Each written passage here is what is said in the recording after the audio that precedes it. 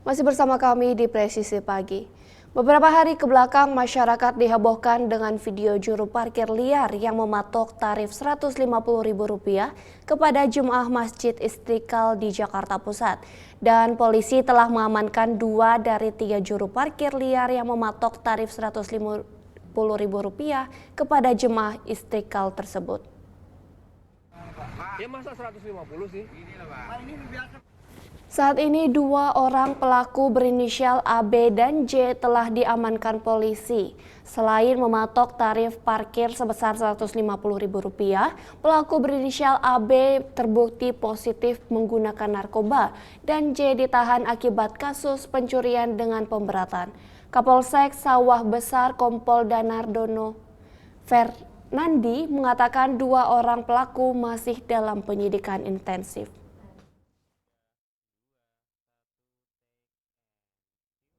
Kapolda Jawa Tengah menghadiri budaya tradisional dan memecahkan rekor muri dalam menyeduh dan minum kopi oleh perempuan berkebaya atau dikenal dengan Kartini Jepara yang digelar di Pantai Tirta Samudra Bandengan, Jawa Tengah.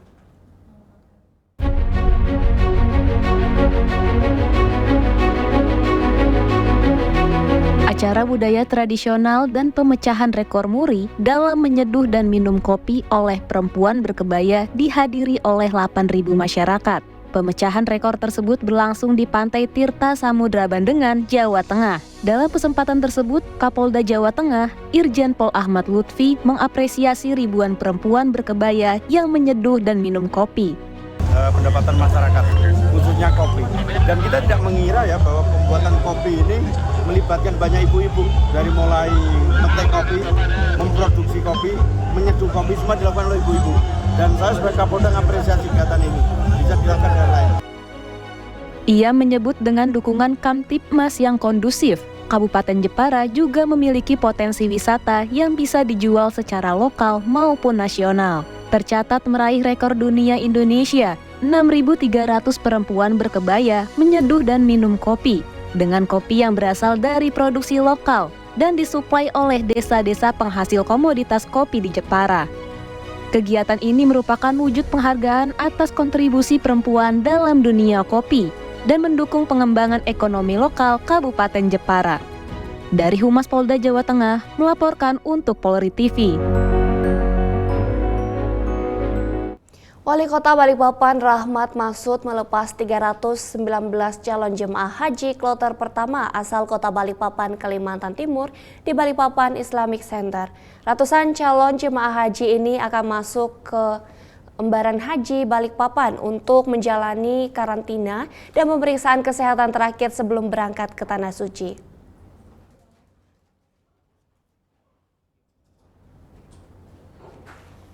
Sebanyak 319 jemaah calon haji kloter pertama asal Kota Balikpapan atau Kaltim dilepas oleh Wali Kota Balikpapan Rahmat Masud dari Islamic Center menuju ke Embrakasi Haji Balikpapan Senin siang.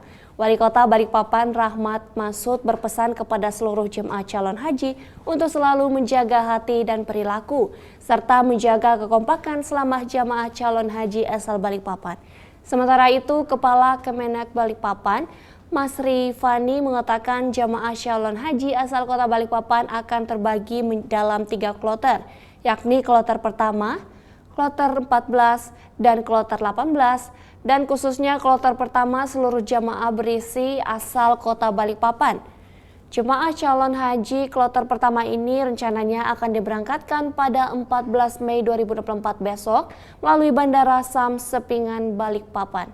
Untuk menjamin keamanan dan kelancaran keberangkatan calon jemaah haji, Polresta Balikpapan terjunkan 30 personel untuk melaksanakan pengamanan dan pengawalan, mulai dari titik kumpul di Balikpapan Islamic Center hingga pengamanan di Embrakasi Haji Balikpapan.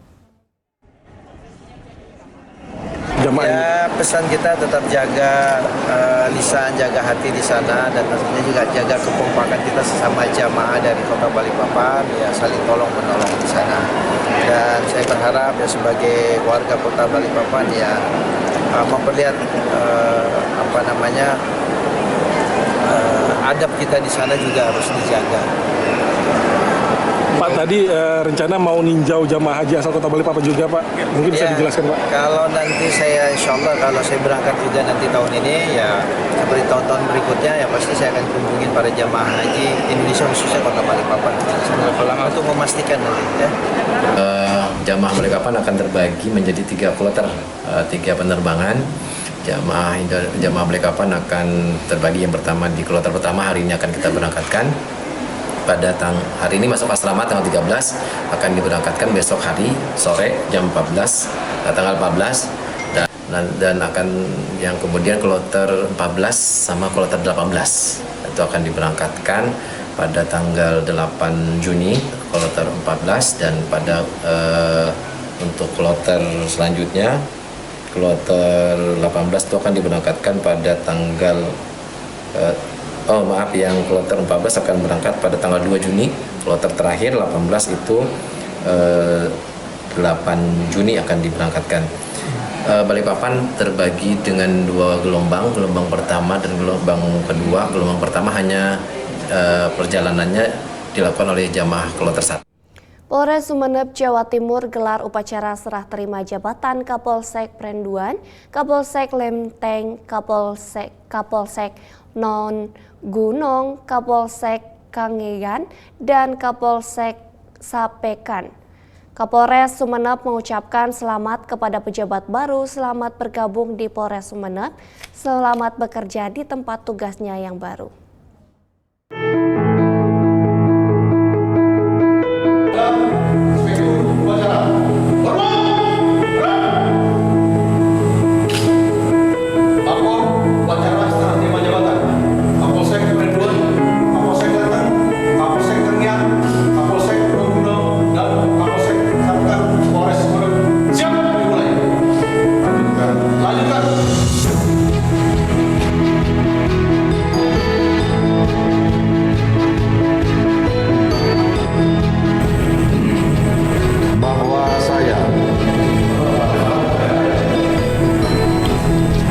Setia kepada Negara Kesatuan Republik Indonesia.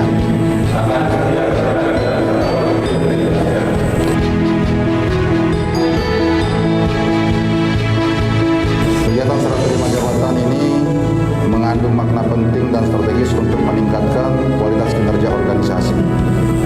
Dengan serah terima jabatan akan terjadi regenerasi kepemimpinan yang diharapkan dapat membawa ide-ide baru dan mampu menciptakan langkah-langkah kreatif dan inovatif dalam menjalankan roda organisasi. Kepada pejabat baru, saya mengucapkan selamat atas kepercayaan pimpinan Polri atas jabatan yang baru untuk bergabung di Polres Sumeneb ini. Selamat bekerja dan segera menyesuaikan di tempat tugasnya yang baru.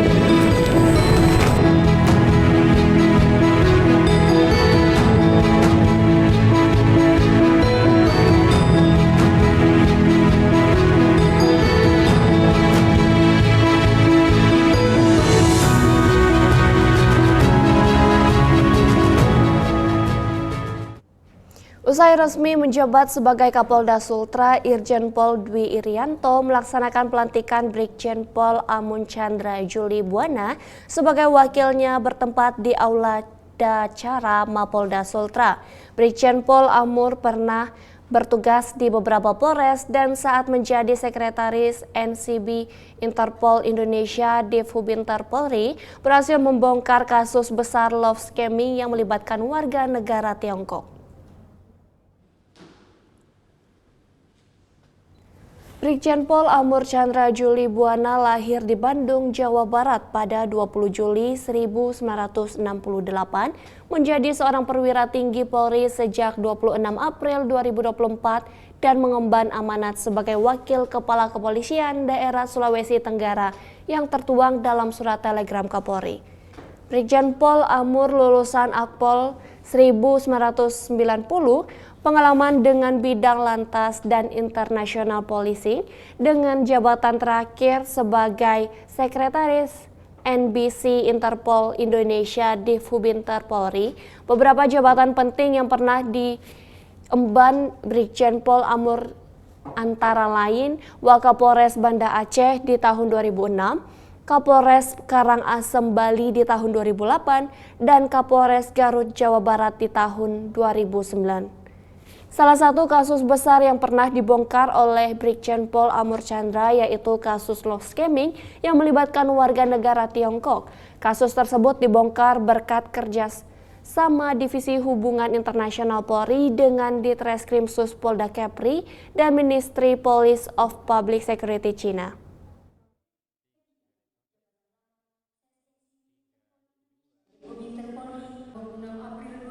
Tetap bersama kami, Presisi Pagi akan segera kembali.